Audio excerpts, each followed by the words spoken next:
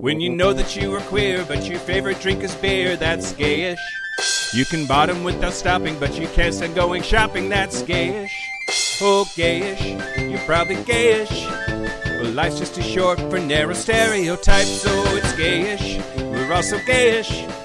It's Gayish with Mike and Kyle. Hello, everyone in the podcast universe. This is Gayish, the podcast about gay stereotypes. I'm Mike Johnson. I'm Kyle Getz, and we do a weekly podcast. Every week. We've missed like 2 weeks in our lives. Well, plus all the ones we didn't do before we did it. But other than that, neither of us totally feel like we fit the gay stereotype, and we also kind of think gay stereotypes are stupid. The only thing that makes me gay is the fact that I bang dudes. The rest of it is bullshit. Well, have you been banging dudes recently? Not so much. Okay, so you're straight then.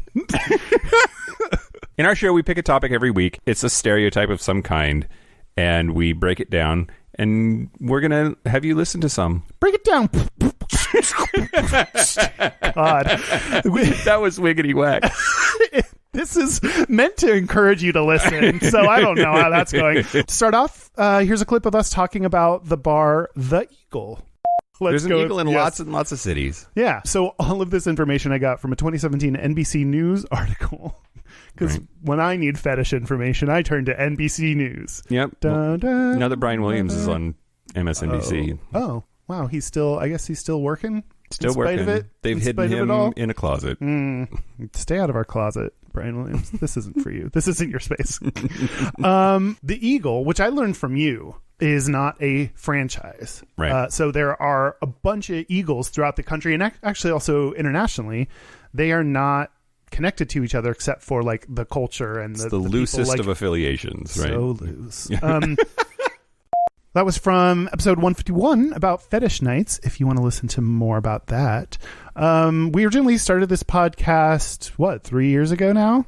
Almost 3 years ago. But we've known each other for 25? Yeah, at least. No, it's actually 10. But that's 25 in gay years. It's true. One big thing that we talk about in our episodes is mental health. So we've talked about depression, self-harm, going to therapy. We've talked about anxiety, including uncomfortable topics like the performance anxiety, which like dudes get, but they never want to say. We also didn't talk about mental health on the Britney episode. That's surprising. You know.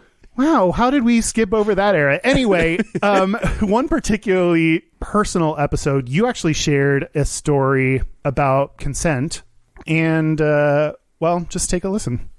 If I was to put myself back in my shoes then, knowing what I know now, I would say, this is not the dude that you thought it was going to be.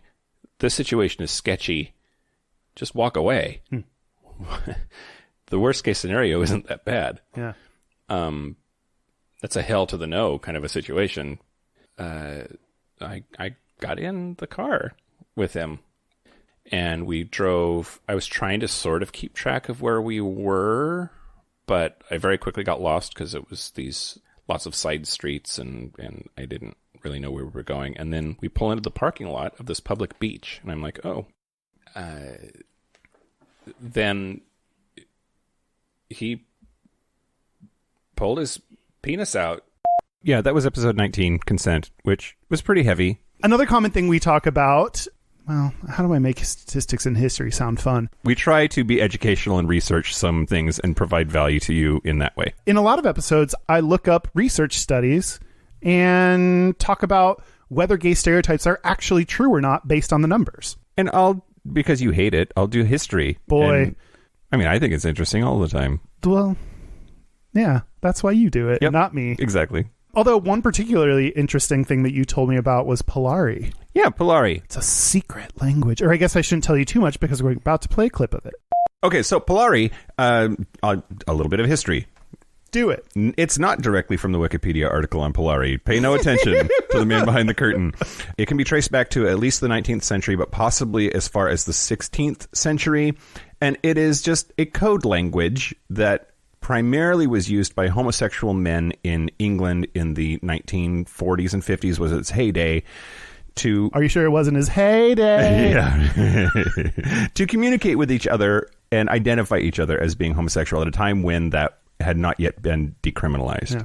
If you want to learn more about Polari and how to speak some phrases here and there, we put together like a primer, like a Polari 101. Yeah. It's episode 153. We're too self-effacing for me to feel comfortable saying this, but hey, we've been nominated for LGBT Podcasting Award 3 years in a row. We've never won. That's the self-effacing part. Yay! It's fine. Yeah, the People's Choice Podcast Awards. We've been losing for a while now.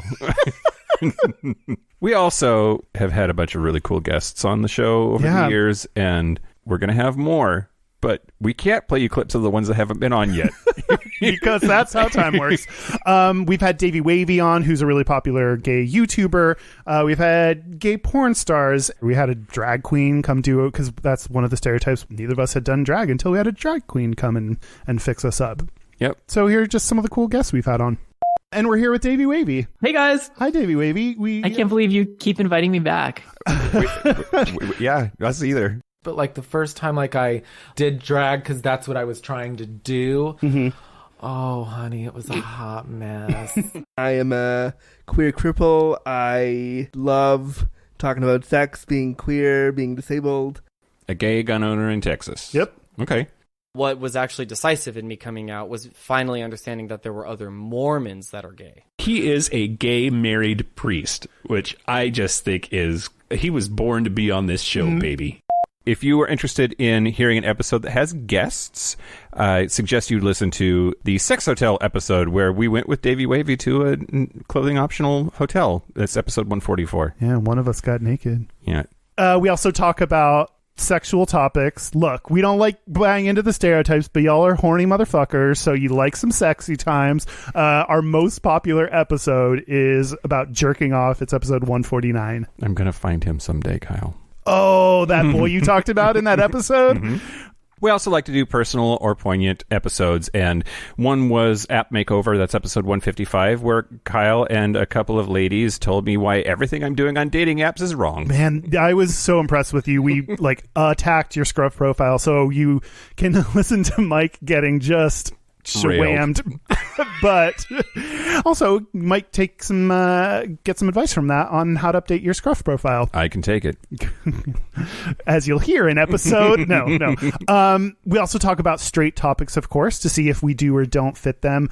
We talked about cars in episode 131. You're like down with cars. I'm not so much. I mean, I'm not like into cars. You're into your car. I love my Jeep so much. Yeah. And we also try to do gay stuff. So Yeah. In episode 140, we talked about Britney Spears for a whole fucking episode, which you're super into and I'm not down. Yep, I was so excited for that one. Yeah, so search for us on Gayish on any podcasting app. Check us out. We'd really appreciate it. Yeah. And you won't feel like a stereotype with us. We've never once said that before. I don't know why I said it now. To give you a little happy ending, we're going to answer the question, if you could pick to be gay, would you? Yeah, I got Pete Buttigieg in trouble the other day. Oh yeah, we can't say that because that's time sensitive. If you had to right now go back and choose, do you want to be gay or not? Mm-hmm. What would you choose? Now, this is a little hippy dippy, but now I would absolutely choose it.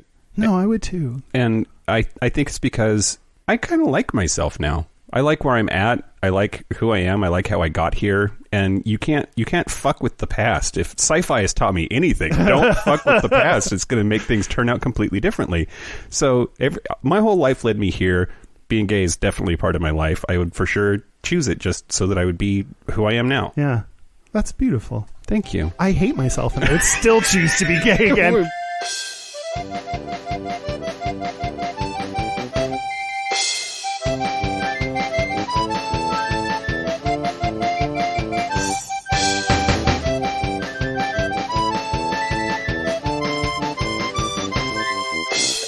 This makes you want to listen. God, why? If this didn't make you want to listen to us, that's fine. You're us either. Good.